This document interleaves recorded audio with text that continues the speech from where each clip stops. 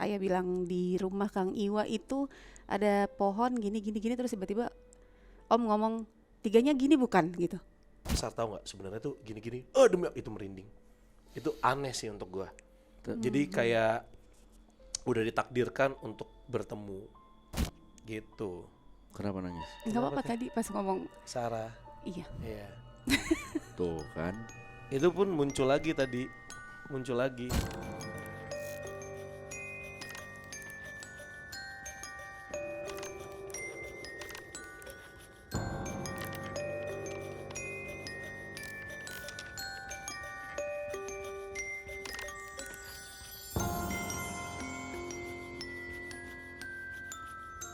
Assalamualaikum warahmatullahi wabarakatuh.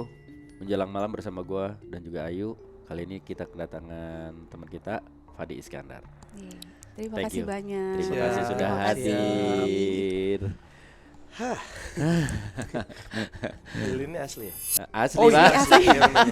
Nggak biasanya kan set Iya ya kan, benar. kayak, Ini asli soalnya ini asli enggak, ya. soalnya kayak kok bagus banget ilusinya gitu. Ternyata panas gitu. Fadi, gua nggak tahu ya, maksudnya lu punya pengalaman atau banyak cerita horor atau mistis sebelum lu gabung atau lebih concern, lebih intens lagi ke hal-hal yang area-area samping kita nih gitu. Sebelum menuju ke situ, pertama kali Iya Kang. Tapi sebelum itu Ada apa lagi nih? kalau Ayah ngomong tapi sebelum itu enggak, tapi sebelum itu auranya Om tuh kencang banget buat aku. Om datang nggak tahu kenapa, cuman tangan Bunda tuh dingin banget. Tapi aku belum tahu kenapa ya. Tapi tangan aku tuh dinginnya nauzubillah. dari pertama di luar tadi. Iya pas Om datang. Tapi kan AC emang dingin di luar. Sumpah itu ruangan segede itu, Emang dingin ya. segede itu Kang. Pintu kebuka, dingin loh itu. Iya. Tapi kan beda. Oh, beda ya? Iya, nggak tahu Tapi deh.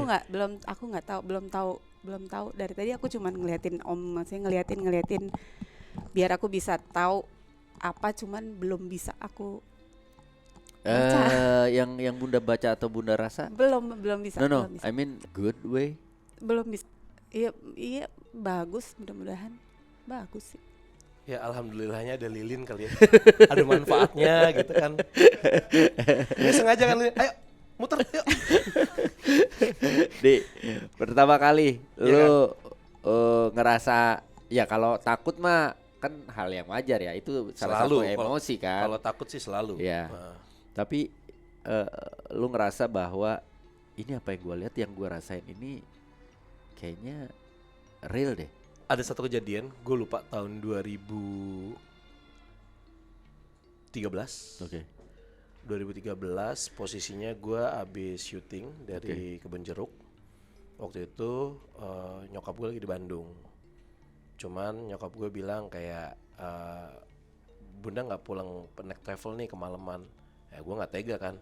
Ya udah nginep aja dulu deh di Bandung. Abang jemput aja ke sana. Oke. Nah dari Kebun Jeruk selesai syuting malam, gue langsung berangkat tuh ke Bandung. Sendiri naik mobil. Set jalan santai di mobil, pas masuk tuh yang mau menuju 67 70 segala macem. Weh jalan kosong nih, gas dikit gitu biar agak cepat, karena itu kalau nggak salah posisi udah di atas jam 12. Oke. Set tiba-tiba pas masuk situ kok gue nyium bau bangke di mobil. Padahal sebelumnya enggak. Kaca juga tertutup. Terus gue langsung cek dong sirkulasi udara, ketutup kok.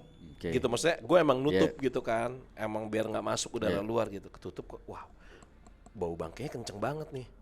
Udah dong, apa yang dipikirkan seperti di film-film. Spion naikin ke atas, karena males kan kalau tiba-tiba ada yang ngikut di belakang gitu kan, kelihatan wah gitu. Ini kayak di film nih, set naikin, makin merinding. Jadi inget makin merinding. Langsung tuh gue puter ngaji-ngajian karena emang gue suka gitu. Gue setel, alhamdulillah tidak membantu tuh, karena baunya nggak hilang-hilang. Nah terus gue ngebut kan, set gitu di KM berapa tuh yang ada rest area sebelah kiri 77. Iya. 77. Gue ngelihat ada 3 bayangan laki-laki di pinggir tol. Oke. Gue ngeliat nih, ada orang nih kata gue. Set gue jalan kecepatan udah 120, kok orang mau nyebrang di tol, kan aneh gitu ya. Gue jalan terus tiba-tiba pas udah makin deket tiba-tiba mereka nyebrang. Zet. Wah, gue udah nggak bisa mikir. Gue cuman bilang, ya Allah, kalau ini memang manusia, maaf ya, mudah-mudahan nggak kena. Gue terabas men. Zep. Udah di bibir sini Kang. Teh. Tiba-tiba pas gue liat di spion kanan, orangnya ada di sini 3 sambil ketawa dan ketawa. Men, kecepatan 120 itu kan udara jalan. Ketawanya di dalam mobil. Wah anjing, kata gue bodoh amat, gas gue. Nah itu kejadian pertama yang menurut gue agak nggak masuk akal sih. Jadi mereka ngetawain kalau misalnya gue ngerem mendadak, gue kebalik Kak. Iya pasti. Gue kebalik mobil gue. Pastilah, anjrit. Karena kan gue pasti menghindari karena dia di kiri gue di jalur kanan, gue menghindari pasti ke kanan, gue masuk tuh yang di tengah-tengah situ, ngegulung pasti mobil gue. Nyata ya? Emang itu yang dia mau kan? Nah itu. Sama kayak Uus cerita kan, Uus juga kejadiannya sama di kilometer 77. Oh ya? Iya. Oh berarti iya bener dong. 3 kali. 3 kali di lokasi yang hampir sama. Iya. Uus cerita 3 kali di lokasi hampir sama, akhirnya dia harus memaksakan dirinya, akhirnya ke rest area itu istirahat tidur. Baru hilang dari sosok cewek, dari sosok anak kecil sih yang paling ngeri sih, keluar dari jok samping tuh menurut gua. Jadi aduh. Itu kayak set kayak gitu kan. Nah itu mungkin ngapain sih gitu kan. Kalau yang berani sih ngapain, kalau yang panik kan. Iya itu. Banting setir selesai itu. Itu selesai itu. Bahaya sih. Itu yang paling membekas buat lo. Yang awal-awal ya. Yang awal-awal ya sebelum gua gabung sama DMS. Kalau masa kecil lu berarti dipenuhi sama hal-hal kayak gitu. Cerita-cerita serem. Ya kita juga sama lah. Gue juga dulu dengerin cerita radio zaman-zaman radio. Dulu malah hampir aja buat gue serem dengerin ceritanya. Yang Farida ya? Iya sih.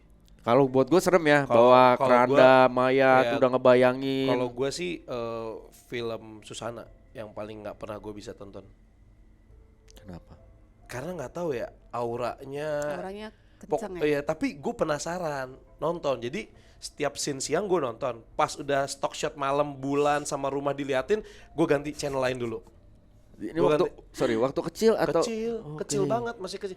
Kan orang-orang rumah gue, si pembantu-pembantu gue pada doyan nonton begituan. Nah, gue juga FOMO kan. Apa sih Mbak? Oh iya film segala macam. Pas ngeliat jedeng kayak, oh wow, oke. Pokoknya setiap ganti scene malam gue ganti. Gue bilang nanti dulu, gue bilang gitu. Remote gue pegang. Itu satu. Terus yang ada di program TV cerita misteri yang ada hantu jeruk purut megang kepala lah, di rumah sakit lah, yang hantunya yang keluar dari darah. Itu tuh karena posisi rumah gua zaman waktu gua kecil SD itu, jadi kan kecil nih kamar gua, jadi pintu itu, nah gua tidur pintu selalu dibuka karena gua sepenakut itu. Dan lampu harus nyala. Waktu kecil, lampu harus nyala di kamar, pintu harus dibuka. Nah posisi kamar gua itu, kalau gua nengok ke kiri, itu langsung kelihatan TV ruang tamu, kan rumah kecil. Nah kalau gue ke kanan, ini ada jendela, ada pohon pisang di luarnya. Gue juga bingung sama bokap gue, pohon pisangnya cuma satu, kayak kata gue kayak, boleh nggak sih dicabut aja gitu? Karena udah terpapar kan. Jadi tongkrongan anak-anak komplek itu, yang angkatan-angkatan gue gitu, emang suka juga, gue nggak ngerti kenapa ya, anak-anak zaman dulu tuh suka banyak ada aja cerita-cerita kayak gitu. Iya kalau misalnya itu, jadi kan terekam di otak gue kayak, emang pohon pisang bisa ya? Ada pocong yang nyamar di situ, kayak gimana sih? Gua itu cuman akhirnya gua udah nggak mikirin logikanya, ya takut aja jadinya. Jadi ngadep kanan serba salah, ngadep kiri, pas lagi ngadep kiri itu pas scene-nya hantunya lagi keluar, trauma lah gue hidup gue. Gitu. Dan itu yang ngebuat gue jadi penakut. Ada apa dengan pohon pisang ya?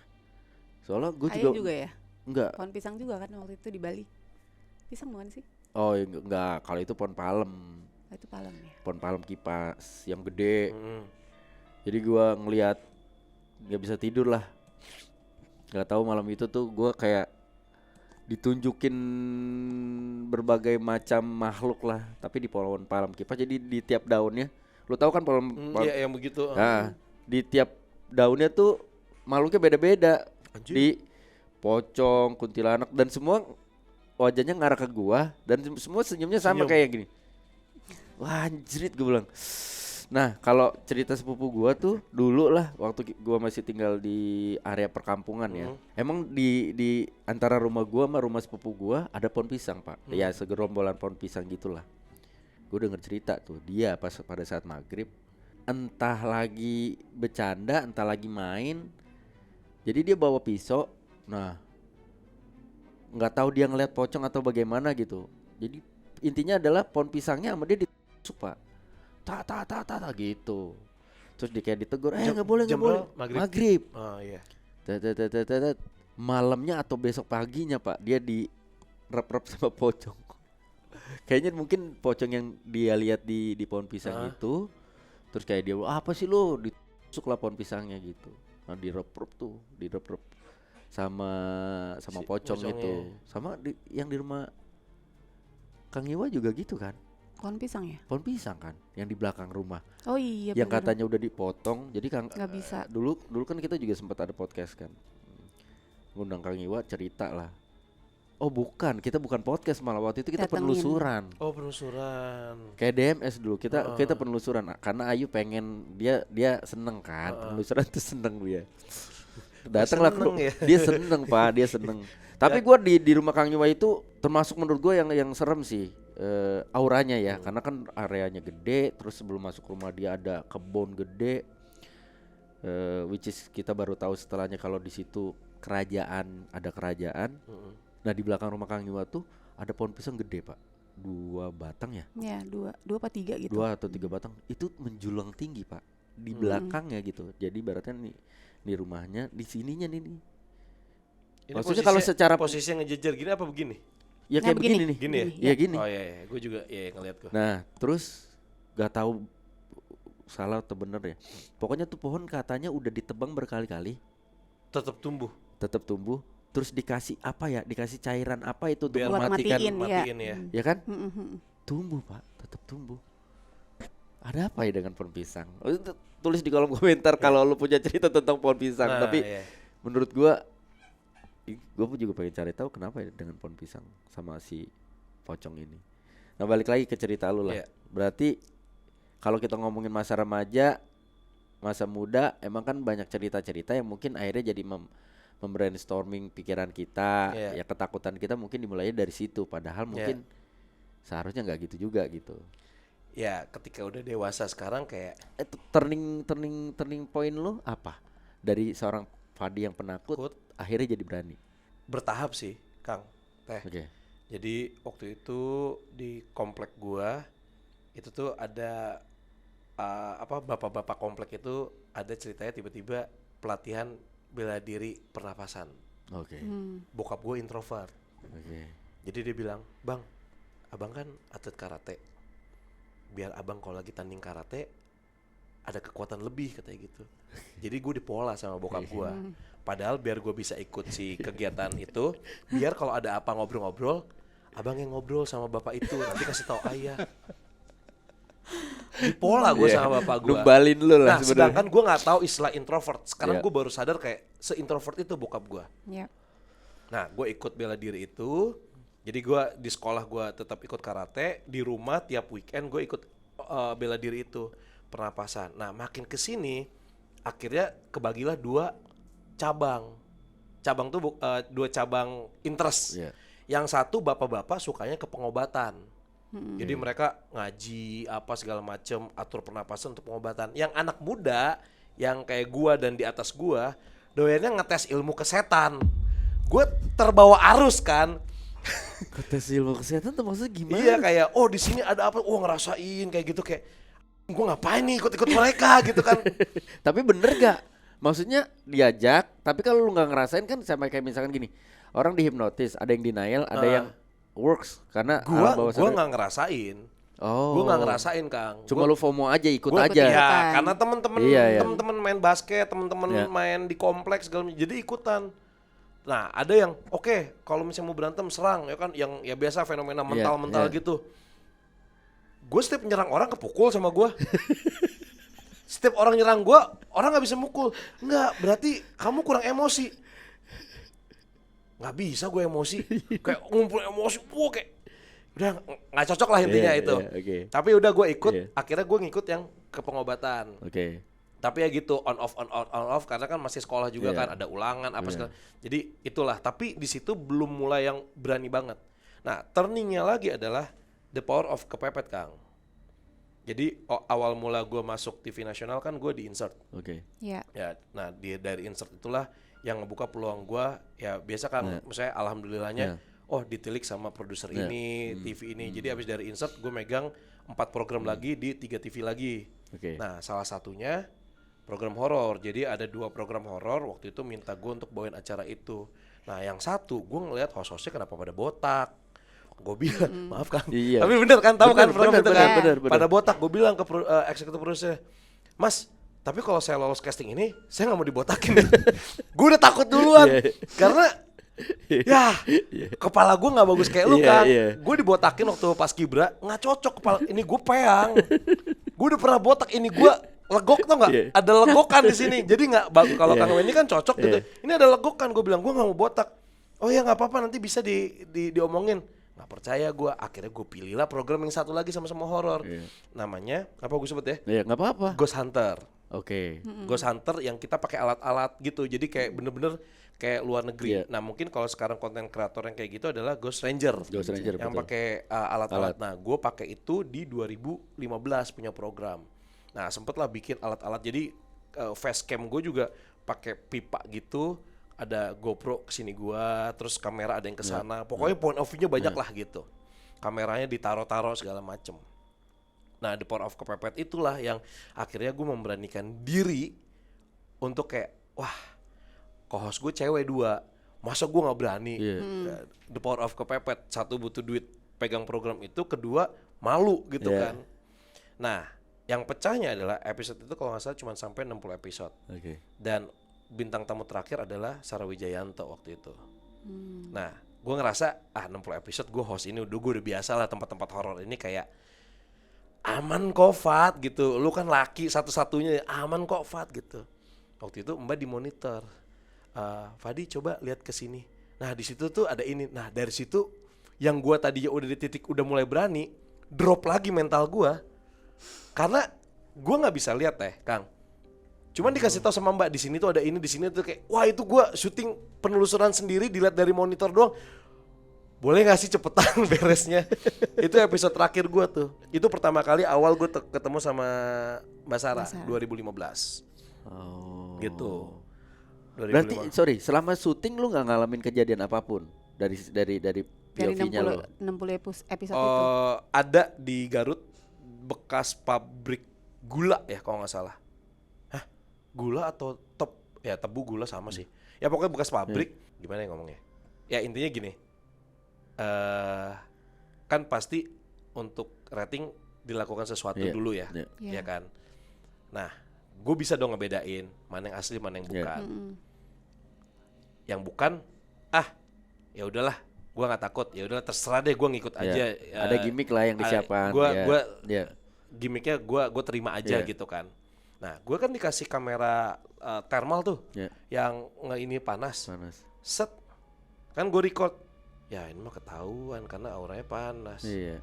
Pas gue gini, di belakangnya ada yang dingin. Ya udah, yang penting udah gue rekam. Maksudnya, gue paham mereka melakukan itu untuk show-nya, gimmicknya. Yang awalnya gue bilang gue ada gentleman agreement bahwa Mas, gue nggak mau ya ada gimmick-gimmick gitu. Nah, mereka sempat mencoba, ketahuan terus sama gue, karena trik-trik kayak gitu tuh gue tahu kayak gitu. Akhirnya mereka kayak, Fat, ini lu aja yang tahu segala macem, biar ada ekspresi. Karena si cewek-cewek ini juga karena ikut sama gue jadi sok pemberani. Akhirnya mereka udah jarang teriak. Jadi itu pun salah satu cara biar mereka ekspresi. Oh oke. Nah, pas gue ngerekam itu, ya bentukan si kuntilanaknya merah, ketahuan panas badan. Pas di belakang, bener-bener di tiang belakangnya itu ada yang sama, tapi dingin auranya. Kata gue, oke deh, yang penting udah gue rekam nih gue kasih nih ke produsernya. Nih ini kan yang lu mau, yang birunya yang lu liatin, jangan yang merah. Yang merahnya kan gimmick. Tapi itu kan di kamera ya. Berarti kondisi gelap banget. Gelap. Lu berarti nggak ngeliat sosok. Lampu tipis aja Kang, biar muka gue kelihatan di kamera. Lu nggak bisa ngeliat sosok di Enggak, belakangnya. Enggak. Waktu itu posisinya pas gue megang program itu 2015 enggak. Oke. Gitu. Berarti lu sendiri sebenarnya bisa ngerasain, bisa lihat atau Sama yang menarik tadi pada saat Ayah bilang di rumah Kang Iwa itu ada pohon gini terus tiba-tiba Om ngomong 3-nya gini bukan gitu. Ini maksudnya kalau secara posisinya ngejejer gini apa begini? ya kayak begini nih. Gini ya? Iya gini. Oh iya, gue juga ngeliat gue. Nah, Emang iya? Itu tadi kan Om bilang 3-nya gini bukan. iya. Iya. Lu ada Itu pengalaman? kebaca apa kebayang gitu sama Om. Berarti kan Om Enggak, bisa nyangkut gitu loh. nyamber. Aku juga.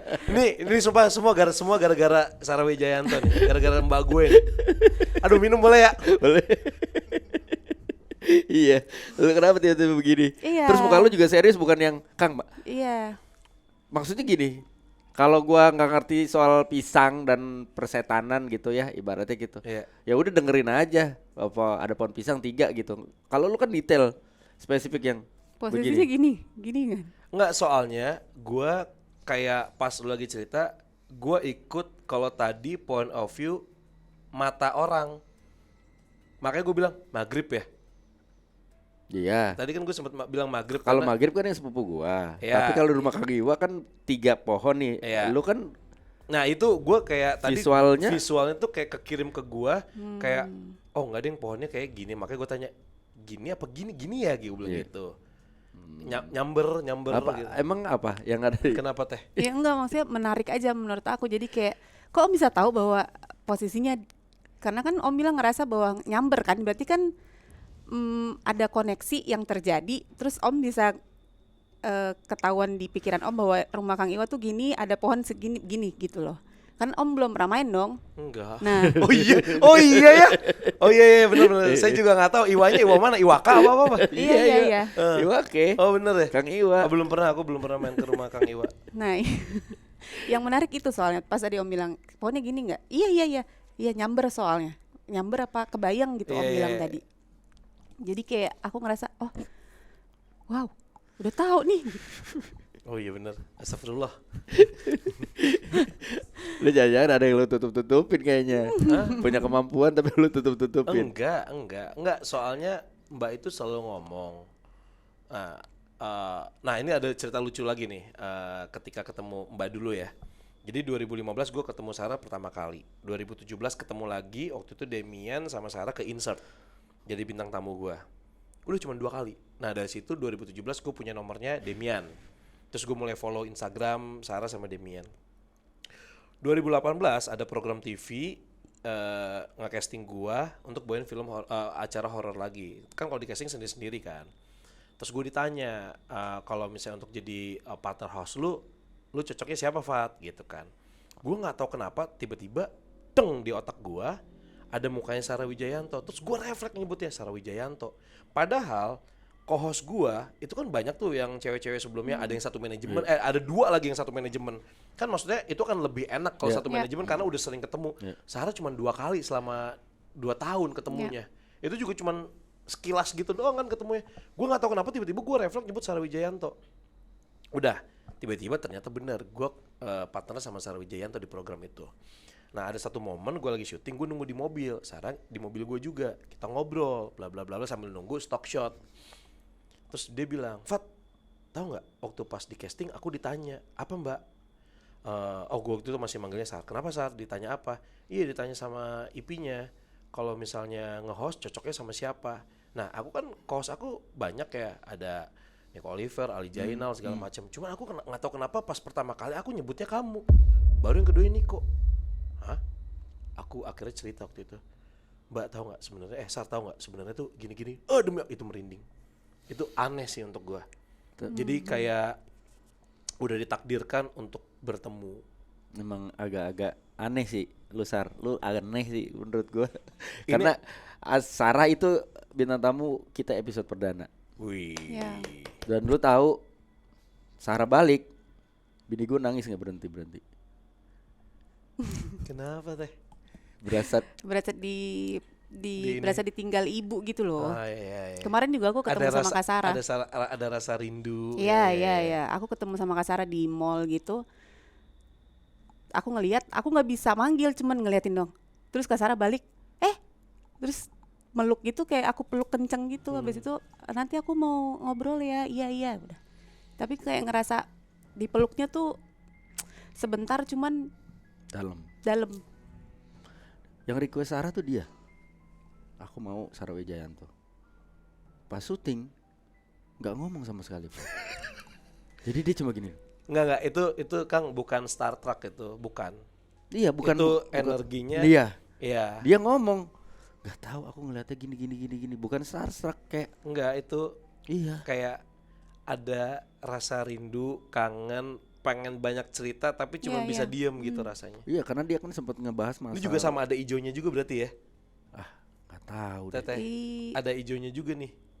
Ijonya ini maksudnya ininya ya? Iya, maksudnya ada yang satu yang ada mirip energinya sama Mbak juga Iya. gitu. Aku soalnya waktu itu sempat dibilangin sama Kak Sarah bahwa coba kamu lihat energi kamu gitu. Warnanya apa? Iya, cuman memang sampai saat ini aku belum. Waktu itu aku lihatnya warna hijau, cuman aku takut gitu loh. Jadi kayak berapa kali aku habis sholat kayak nggak mau gitu. Tapi bagus ini keluarnya jadi kenceng nih sekarang nih. Hijaunya bagus gitu. Kayak aurora. Kayak aurora gitu. Lu ngeliat Ayu. Oh iya, itu yang aku rasakan. Itu yang aku rasakan gitu. Wah, Itu yang aku rasakan. Wah. Makanya enak nih. Apa tuh? Enggak, mobil. Enggak, gue takutnya ini rusak gitu. Jember gitu, jember. Gak. Pelan-pelan terungkap lah, terbuka lah. Apa yang lu lihat? Ini saling lihat deh. Ini cuman ini doang, energinya bagus. Kok lu hijau. bisa ngerasain energi? Gua nggak bisa nih. Seperjalanan waktu waktu. Ya ini gara-gara si Sarah. Mbak Iya. gitu. Nah, udah kan itu ketemu di program itu. Akhirnya program itu bungkus dengan alasan yang tidak jelas gitu. Padahal rating selalu nomor 1. Paham kan? Paham. Terus tiba-tiba berapa bulan kemudian si Mbak ngechat Fat, nah manggilnya waktu itu masih Fat, belum abang. Gue juga belum manggil Mbak, gue masih manggil Sar gitu kan. Kenapa Sar gitu? Kangen deh, pengen penelusuran, mau nggak temenin penelusuran? Ayo boleh, di mana? Di Kota Tua. Oke gitu. Gue inget banget waktu itu Demian masih megang kamera cuman 2, clip on 1, lampu pakai handphone flashlight, itu dong modalnya. 2 kamera, 1 clip on. Jadi kalau mau ngomong kita harus dekat sama Sarah karena clip onnya di Sarah gitu. Di Kota Tua itu. Nah, itulah cikal bakalnya penelusuran Diari Misteri Sarah yang versi sekarang. Jadi ada gua, Sarah, Wisnu, Demian sebagai kameramennya waktu itu. Dan sekarang kan Demian produser dan tetap megang kamera juga gitu. Nah, itu awal mulanya akhirnya terbentuklah si DMS.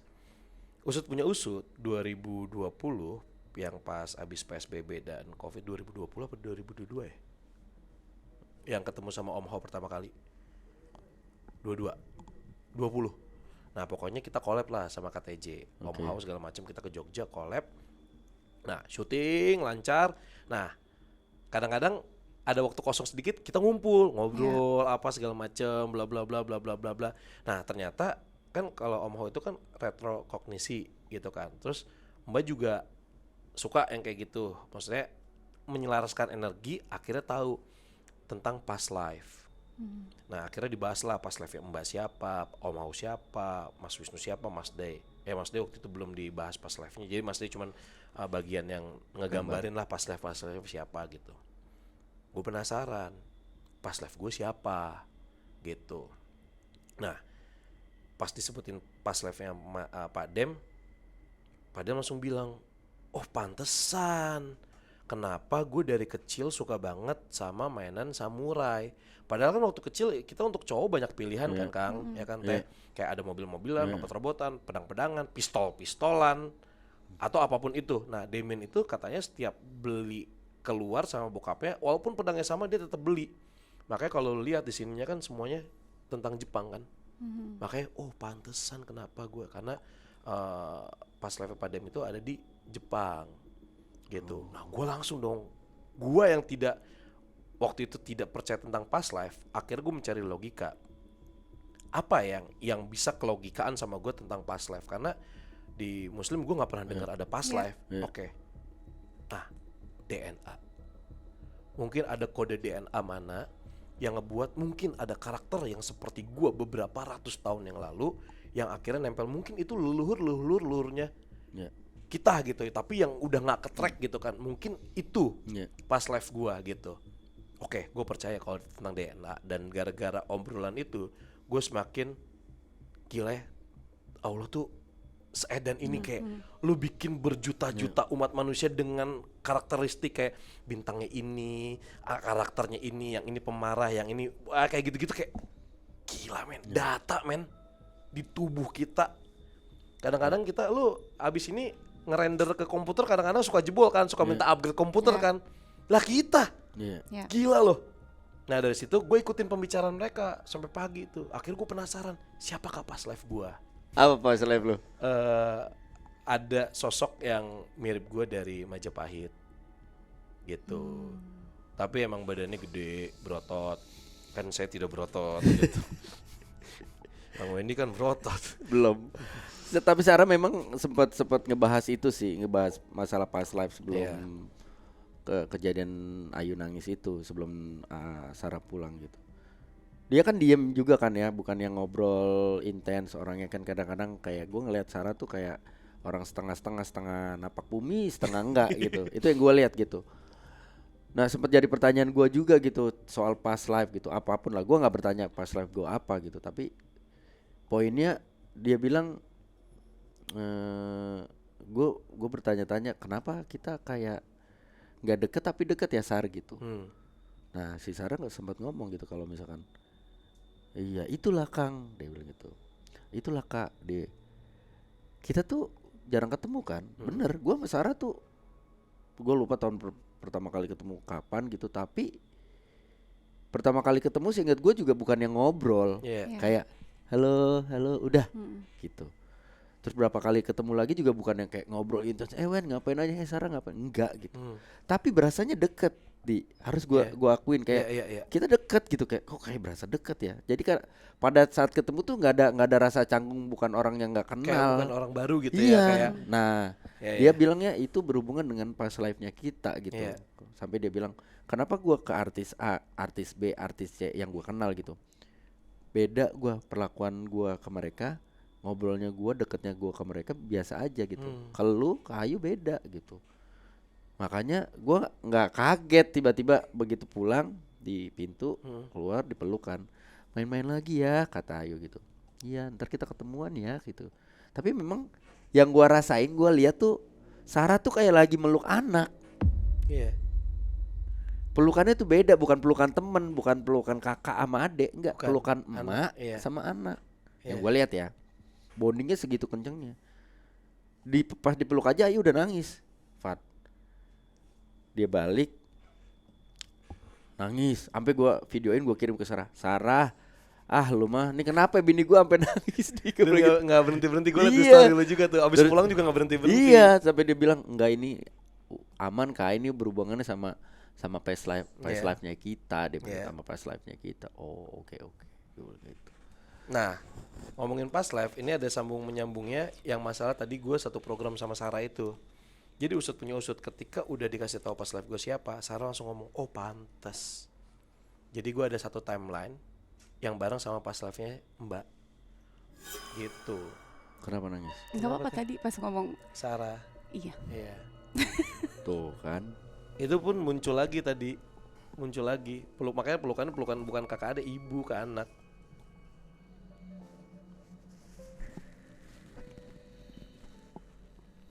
Karena iya maksudnya apa yang Bunda rasain? Ya nggak apa-apa. Gak, bukan maksudnya pada saat Ai ceritain kembali itu gitu, apa yang Bunda rasain sampai Bunda nangis? Enggak ngerasain pada saat Ai cerita tuh yang ngerasain aja kayak dipeluk gimana sih? Udah. Tapi tadi ngerasa waktu pas lagi diceritain kayak lagi dipeluk lagi nggak? Iya, oke, benar. Dah. Ya soalnya tadi pas lagi Kang Weni lagi cerita, ini tuh kayak lagi pelukan, dipeluk. Itu yang lo rasain. Itu yang gue rasain. Ini kan Teh Ayu, terus ada ini. Nah tapi kalau misalnya gambarnya tuh agak sedikit keluar dikit, nah di sini tuh ada yang pelukan, ada yang dipeluk gitu, dipeluk tadi, gitu ya tadi yang gue makanya kayak, oh iya.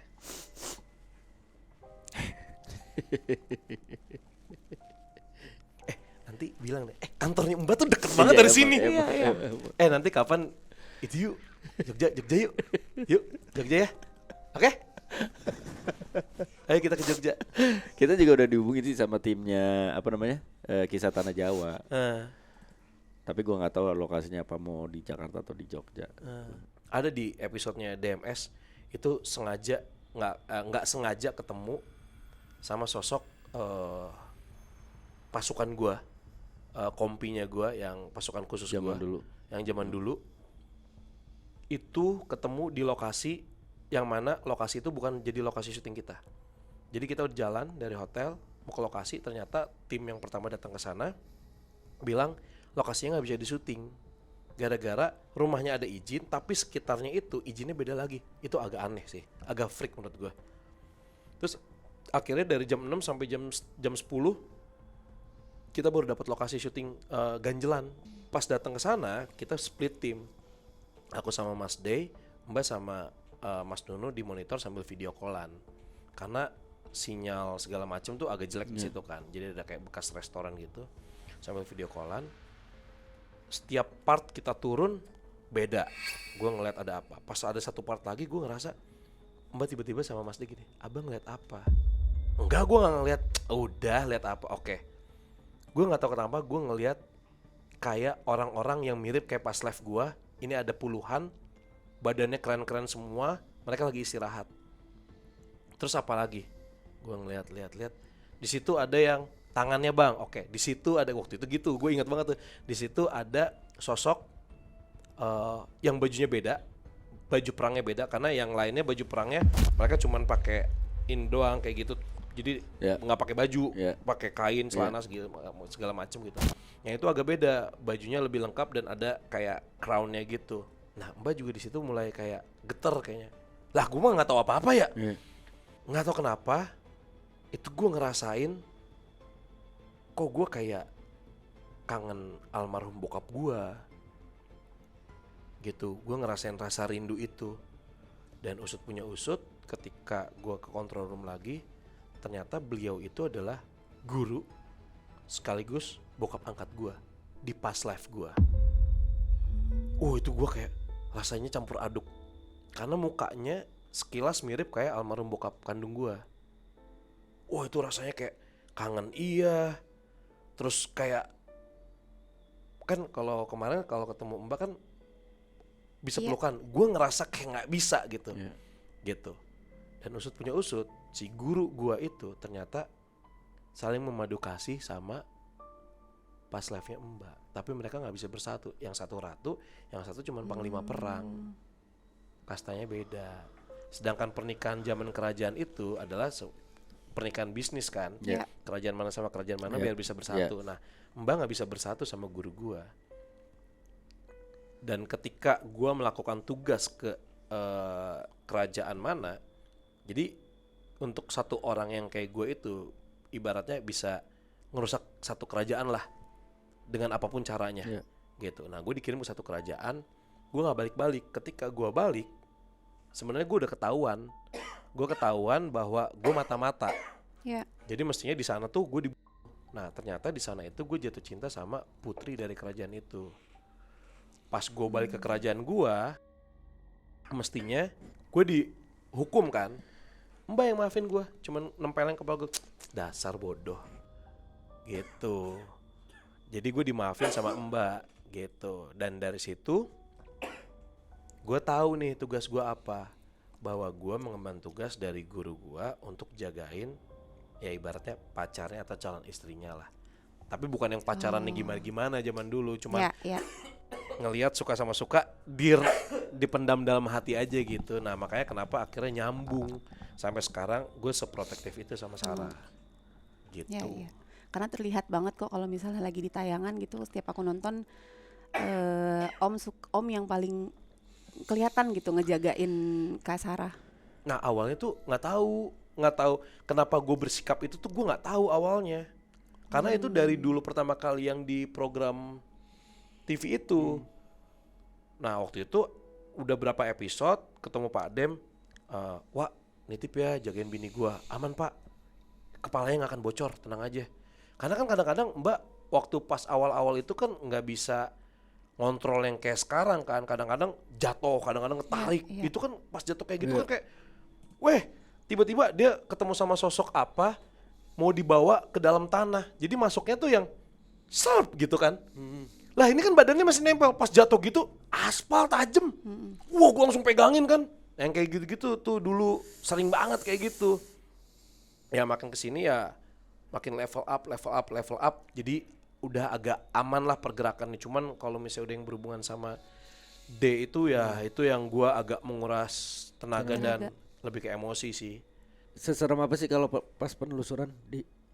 Jadi ini sebenarnya banyak yang ditanyain juga sih Kang sama teman-teman, sama kadang-kadang fans juga kadang-kadang suka nanya, kalau versi Bang Fadi tuh lokasi serem tuh apa sih gitu.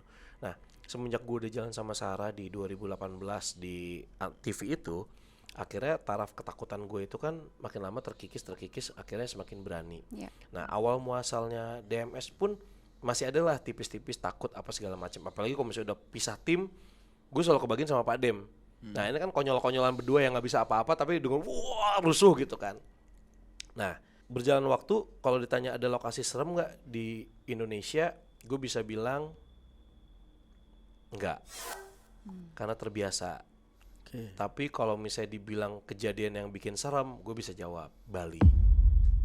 Waktu itu posisinya Pak Dem sama Mbak nggak tahu kenapa, karena pengaruh energi, rasa capek dan segala macem, mereka bertengkar udah kayak mau cerai coy. Wah gue di situ, satu gue adiknya Mbak, satu gue sahabatnya Pak Dem. Kesannya ya kayak mereka ini bisa bukan nih di lokasi syuting, lagi syuting Tiba-tiba ya awalnya gesekan pecah, dan gua posisinya tahu dua-duanya gitu. Terus gua harus ngambil jalan tengah. Oke gini, oke Mbak ke mobil dulu apa segala macem. Pak Dem lu sama gua kita buat ini segala, karena Pak Dem kan ngejar ada durasi yang harus dikejar secara produksi. Pak Dem nggak salah, tapi posisinya Mbak waktu itu bener-bener energinya udah nol, udah nggak bisa dipaksa syuting. Dan gue udah tahu udah abis. Dan waktu itu posisinya gue nggak tahu kalau gue tuh bisa jadi power bank. Mungkin belum kebuka, belum ke unlock waktu itu kemampuan gue. Nah, makanya nanti kita ke Jogja. Bareng sama Mbak. Nggak usah syuting, jalan-jalan aja. Iya bunda penelusuran ya, gambar udah gitu aja. Nggak syuting, begitu. Jalan-jalan aja. Hah? Nggak syuting, jalan-jalan. Liburan kita. Liburan aja, jalan-jalan. Ya buat bunda meliburan. Buat saya jatuhnya apaan? Nah terus abis itu ya udah gua coba pisahin biar tetap semua kondusif. Pas besokannya abis bangun tidur, mereka baru pada sadar ngelihat foto-foto, ngeliat footage. Gila ya, Ip kan manggil Pak Dem, Ip kan semalam tuh kita hampir Ip maaf ya, akhirnya maaf-maafan karena mereka nggak sadar. Nah itu menurut gue kejadian yang lebih serem dibandingin gue ketemu hantu. Nah gue ngeliat Mbak gue sama sahabat gue mau kenal mereka suami istri, ya gue serem lah. Betul. Gila, itu menurut gue serem. Nah tapi kalau lu ngomongin serem, mistis atau horor, gue bisa jawab ketika pertama kalinya di Hari Misteri Sarah kita ke US. Akhirnya gue bisa, oke, gue tahu lokasi yang serem. Oke, gue tahu ini di luar kemampuan gue. Satu, ngobrolnya pakai bahasa Inggris, susah. Susah. Berat. Jujur, zap gitu kan. Susah. Nggak, jadi gini, Kang, gue film Indonesia nonton horor, makanya kan gue akhirnya bikin film juga gitu kan. Nah, film luar adalah salah satu rekomendasi gue lah untuk bikin film gitu kan. Jadi gue terpapar film Indonesia dan film luar. Nah, kalau film Indonesia ketemu lokasi berhantu, nah gue tiap minggu ke lokasi itu. Nah, film luar ini baru pertama kalinya kayak, oh, kastil tuh bentuknya kayak gini kalau di film. Oh, horornya hantunya nanti datang. Kalau di film gitu kan. Lah ini gue di kastil beneran. Serem cuy. Oke, kita matiin lampu sekarang. Waduh. Kayak, wah ini kejadian nih kayak di film horor nih. Tapi di Amerika gitu. Wah itu energinya emang bener-bener berasa banget sih. Beda gitu. Mungkin ini Mbak yang lebih tahu ya. Mbak yang lebih tahu. Cuman kalau menurut penilaian gue, kalau di kita juga sebenarnya serem. Tapi tingkatan layernya tuh ada beberapa. Ibaratnya dari anak buah sampai ke bos besarnya ada ibaratnya ada 5 tingkat. Jadi lu kadang ketemu yang tingkat 5, 4, 3, 2, 1 baru satunya gitu. Kalau di sana tuh 3 doang. 3, 2, 1. Cepet ketemu sama yang di atas. Gitu. Ketemu sama bos besarnya cepet kayak sialan gitu. Capek nih syutingnya, capek banget. Ngerasain bentuknya. Energinya segala macem dan ya semuanya gitu. Ya mungkin karena udah terpapar sama Mbak juga dan udah mulai sama Mbak, ayo bang ini ikhlasin segala macem. Ya udah akhirnya ya kemampuan itu akhirnya udah mulai ke unlock di gua gitu. Kalau dulu Mbak komunikasi, Mbak apa ini segala macem, pas dia lagi komunikasi, kamu siapa, nama kamu siapa, oh kamu gimana ini segala macem. Ya udah gue cuman mengkorek informasi dari si sosok yang lagi ada di Mbak. Ya setengahnya sama gua, setengahnya ngobrol sama Mbak. Kadang-kadang gue suka, wah kan jadi kadang-kadang gini, kalau lagi syuting gue suka misahin diri. Kadang-kadang gue suka, lokasinya kayak serem tuh kesana. Gue suka sendiri sama kameramen satu, lihat. Bagus ya seremnya ya. Oh iya, gue sudah mulai menikmati hal-hal yang seperti itu. Bagus ya, sinematik horornya dapet ya. Oh iya segala macam. Nanti pas gue balik lagi tiba-tiba Mbak ternyata udah komunikasi. Siapa Mas Nunu? Nah kadang-kadang Mas Nunu belum tahu bang. Oke, gue dengerin. Ini apa? Ditanya apa? Gue ikut nanya. Gue nggak ngerti ini siapa. Gue kadang-kadang gini. Ya jadi kamu. Nah pas gue nempel gini, seret. Oh, kalau kemarin nih sempet kayak gitu gue pegang gini kan. Nah itu pakai kebaya hitam, jarik agak gelap, pakai konde. Iya bang, pakai konde. Bener itu kayak udah gitu sekarang. Berarti di sebelum-sebelumnya lu nggak bisa melihat bentuk, tapi makin lama makin terasa. Makin terasa dan cara ngelihatnya ternyata beda. Bukan kayak Mbak sama Mas Nunu. Mas Nunu kan pakai mata samping. Kalau Mbak kan udah plek-plekan bisa pakai matanya langsung, nggak cuma mata batin gitu. Kalau lu? Nah, sistem gua dikirim ke otak. Jadi kadang-kadang gue awal muasal begini, gue selalu bilang ke Mbak gue halu kayaknya. Enggak bang, coba aja tuh, coba ya. Enggak bang, gue halu, enggak. Jadi kadang-kadang tanpa sepengetahuan Mbak sama Mas Nunu, gue suka ngetes. Jadi kadang-kadang lagi syuting gue ngeliat sesuatu yang dikirim ke sini, gue catat di handphone gue. Terus nanti Mas Nunu yang di sini gini, pas liatin gambar, bener. Itu gue kayak itu udah, dan itu makin sering kayak masa sih. Nah gue tuh masih ada rasa denial itu, masa sih kok apa yang dilihat sama Mas Nunu sama Mbak sama apa yang gue catet. Kalau lu syuting gue lagi main handphone tuh zaman dulu tuh kadang gue ciri-cirinya gini. Sampai akhirnya gue capek, gue simpan aja di sini ciri-cirinya gini. Pas lihat gambar sama. Sampai kita nggak ngomongin kuntilanak pocong doang ya, bentuk yang suka aneh-aneh, itu absurd dan segala macem itu udah pernah. Apa? Dan itu yang paling absurd yang pernah lu lihat? Yang bentukannya kayak cumi-cumi, bentukannya kayak cumi yang panjang-panjang, cumi-cumi, shape-shifter lah bentukannya kayak gitu. Ubur-ubur. Bukan cumi. Ubur ya? Bukan apa sih yang panjang begitu? Ubur-ubur. Sotong. Ya kayak sotong gitu. Iya. Ya oke gampangnya sotong, tapi ini bentuknya panjang kayak asap gelap ini segala macem, terus ada matanya. Gue udah nyimpen. Mas Anu gambar, ya sama lagi. Ini hal yang kocaknya lagi nih. Ini gue yang bikin gue merinding. Shanley Hotel. Ya, Shanley Hotel ya Ren ya. Jadi Shanley Hotel itu adalah salah satu hotel yang suka dipakai sama konten-konten kreator, bukan konten kreator sih, sorry, paranormal activity, ini yang paling benar, untuk melakukan apapun aktivitas paranormal. Dan emang ya udah, itu hotel disewain untuk kayak dukun main ke situ, ya kan, kayak Teteh tahu ya. Nah, kita datang ke situ syuting kan. Ada hotel, ada kamar di atas, segala macam, udah penelusuran. Ada satu kamar, ruangan kecil banget. Itu kayaknya cuman untuk bertiga aja udah dempet-dempetan gitu. Nah, nggak bisa masuk ke situ kan. Ya udah tim kecil aja, oke. Wah, lu sama nggak mau Pak Dem, lu sama gua bilang gitu. Lu sama gua ayo. Ayo, oke, udah. Duduk, matiin lampu, pakai night cam, ada kaca. Coba, Wak, ada apa di sini ngerasain? Wah, kan gue nggak bisa apa-apa. Enggak, udah cobain dulu. Kan waktu itu juga jadi suka berantem gitu sama Pak Dem. Udah coba fokus dulu. Ya gue nggak tahu segala macem. Ya udah gue coba ya. Gue duduk, gue ngeliatin kaca. Gue nggak ngeliat apa-apa, Wak. Udah fokusnya udah diem. Oke, gue diem ngeliatin. Semakin gue liatin, gue makin nggak liat apa-apa. Ah, capek gue. Dah merem aja. Pas itu baru tuh mulai tuh saat kebentuk.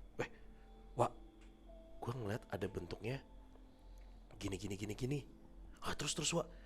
Jadi bentuknya kayak cewek, kulitnya tuh kayak batang kayu yang udah pohon udah puluhan tahun, tau kan yang kerak-kerak gitu. Kayak gitu, hidungnya agak begini, terus dia kayak pakai topi penyihir. Oh, witch. Oh, itu bahasa Inggrisnya. Iya. Ya kayak gitu, Wak. Udah. Itu gua 20 menit lebih baru bisa dapet. Pas mau keluar gue tarik Pak Dem. Gue pengen ngetes. Suruh Nunu ke dalam, dia ngeliat. Lu diem. Oh iya juga ya. Itu gue nyampe gue tes kayak gitu. Oke, gue udah dapat. Mas Nunu, boleh nggak gambarin ada yang di dalam? Oh iya boleh. Nunu sama kameramen lain. Kita diem. Demi Allah, kagak ada yang ngasih tau, kagak ada settingan di DMS. Nunu masuk, set. Nggak nyampe 5 menit keluar. Aku udah dapat gambarnya. Dia itu kayak witch, gini kayak. Gue sama Pak Dem lemes. Tiba-tiba si yang jagain itu, oh iya bener yang dibilang dia, emang di situ tempat si nenek sihir itu di situ. Bodo amat. Gue kayak, bodo amat. Mbak dengan gini, Mbak cuman gini doang. Kenapa bang? Gue bilang. Wah, Pak Dem excited, gue sebel. Gitu kayak, Tapi apa yang lo rasain, Fat, dengan perubahan lo yang sekarang untuk area ini ya, untuk area ini? Ya, gue yang gue rasain nggak tahu ya. Gue bersyukur kah atau kayak masih kalau bersyukur 50-50 kah atau masih? Kalau bersyukur selalu ya dengan apa yang udah Tuhan kasih, berarti kan itu sudah ditakdirkan. Jadi itu selalu yang gue syukurin. Nah sebenarnya akhirnya ngebuat gue jadi kayak gue harus bermanfaat untuk tim. Apa yang bisa gue latih, apa yang bisa gue kuatin itu untuk keberlangsungan tim, kita saling mengisi kan gitu. Oh ternyata kata Mbak, energi gue banyak, itu tuh bisa nge-charge semua dan segala macem. Oh oke, ya udah, berarti dengan menguatkan energi gue bisa berbagi energi gue untuk orang-orang. Ya udah, akhirnya gue semakin bersyukur ya gue makasih sama Allah deh. Gue banyak doa aja, ya Allah kasih aja energinya biar gue bisa bagi-bagi. Mungkin kalau di dunia nyata mungkin rezeki gue belum terlalu banyak, belum bisa berbagi ke banyak orang, tapi secara spiritual kalau gue bisa bagi energi, gue akan kasih ke siapapun orang yang butuhin gitu. Menarik sekali obrolan kita di menjelang malam bersama Fadi Iskandar. Assalamualaikum.